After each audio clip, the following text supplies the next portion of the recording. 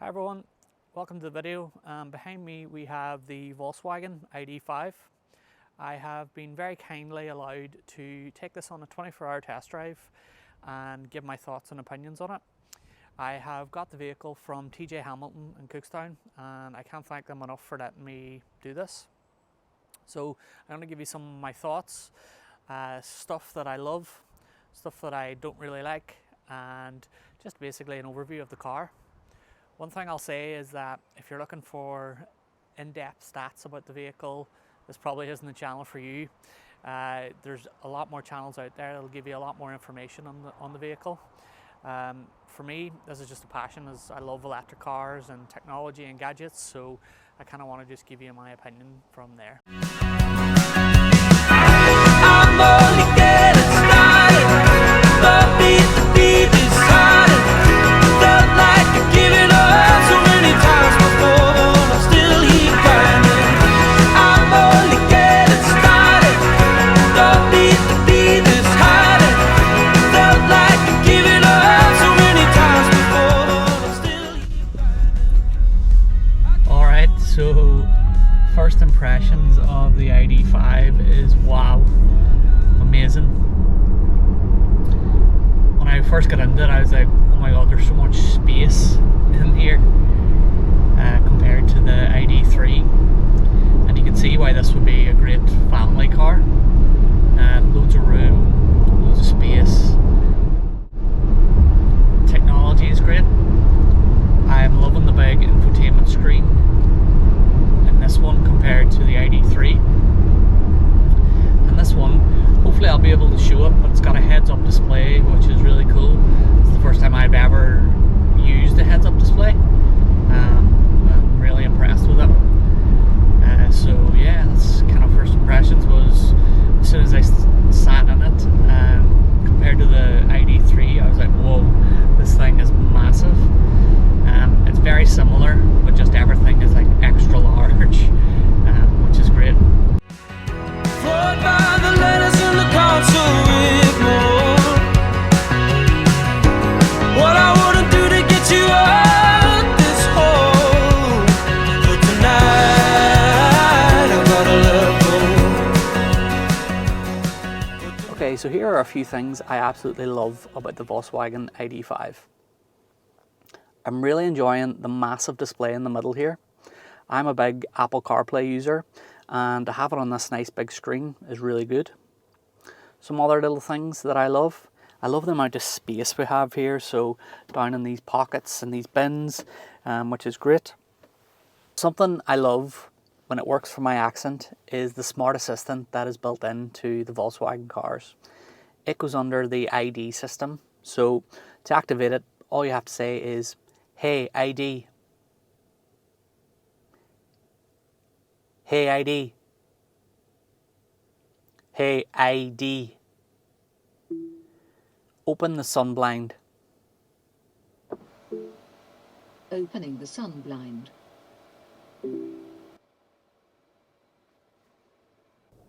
We got there in the end. It does struggle, like most smart assistants, with the Irish accent, but it's pretty cool. So you can do other things like, "Hey ID, hey ID, I'm warm." Sure, it will get cooler at the front right shortly. So I guess that helps you keep your eyes on the road if you didn't want to look down to press on the buttons, which can be sometimes hard to select, but it just has the issue of not understanding me sometimes. The other thing I really enjoy is the heads-up display. This is the first time I have ever used a heads-up display, so it's quite cool to experience that for the first time, and it's a really nice feature. It saves that you, like, it kind of saves you from dropping your eyes from the road down to look to see what speed you're doing when it's right in front of you. Something that I think is really great. Something else I really love, and I know you can get this in other cars, but I just love it, is the heated steering wheel. Oh my god, it is a life changer. Like, I can just imagine in the winter, if it's really cold and you turn the heated steering wheel on and your hands are nice and toasty. Amazing. There's some things that I don't like about the ID.5, and I'm going to explain them here now. I said this in my ID.3 review, that the touch sensitive controls are a little bit fidgety sometimes. I find that sometimes I'll accidentally hit them, but in this one it's kind of the same, and you do, when you click it, I don't know if you can hear that, but you get a physical click, which is good, but sometimes you can actually swipe across it and it will change the volume or whatever. One thing I find a little bit strange is that to turn the volume up, you have to go left to right, and it's on your left and your right side. And then to go back a song, you have to press up or down. I think they could have been turned the other way around. So up and down for volume, and then left and right for changing song. Just a little something. One of the other things that I'm not a massive fan of either is the gear selector. I kind of don't like it. It's a little bit fidgety, but I am getting used to it now. But I think I'd rather have like a little wheel down here somewhere. But that's just something that you probably get used to in a while. So what's the ID.5 like to drive? Well, for somebody who's not massively into cars and has kind of just recently taken a love for the electric side of things, it's really fun to drive. And I say that about probably all of the electric vehicles that I drive. When you drive an electric vehicle and you compare it to, say, an automatic, you find with the electric vehicle that it just gets you to a speed a lot quicker and doesn't have to go up through the gears. So you're kind of getting instant torque. Whereas in an automatic, it's going up through the gears each time. And I think that's one of the reasons why I love driving an electric car, is just because of that instant torque. It's definitely not the fastest electric car that I've been in, but it's still quick. It handles corners very well, and it was a joy to drive. As you can probably tell, I'm not the greatest at going in depth and describing how a car drives. I'm more so about, did I enjoy driving it? Did I like the gadgets inside it? Is it cool?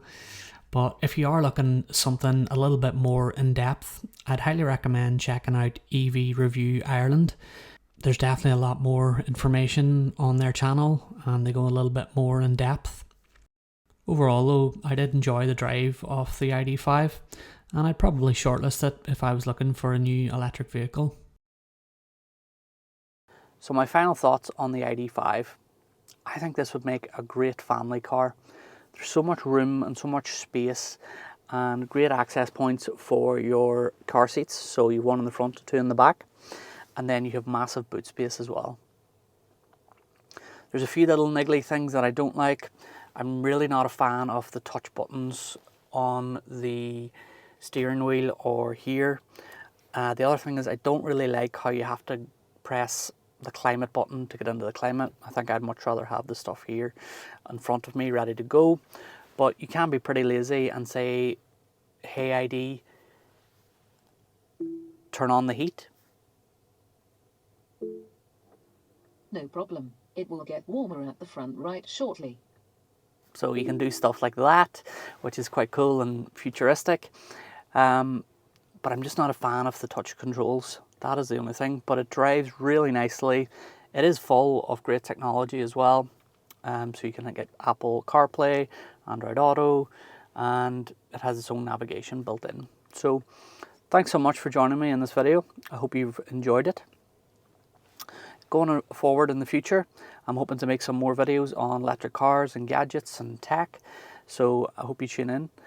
If you've watched to the end, thank you so much. Let me know what you think about the ID.5 in the comments below. Until the next video, see you later.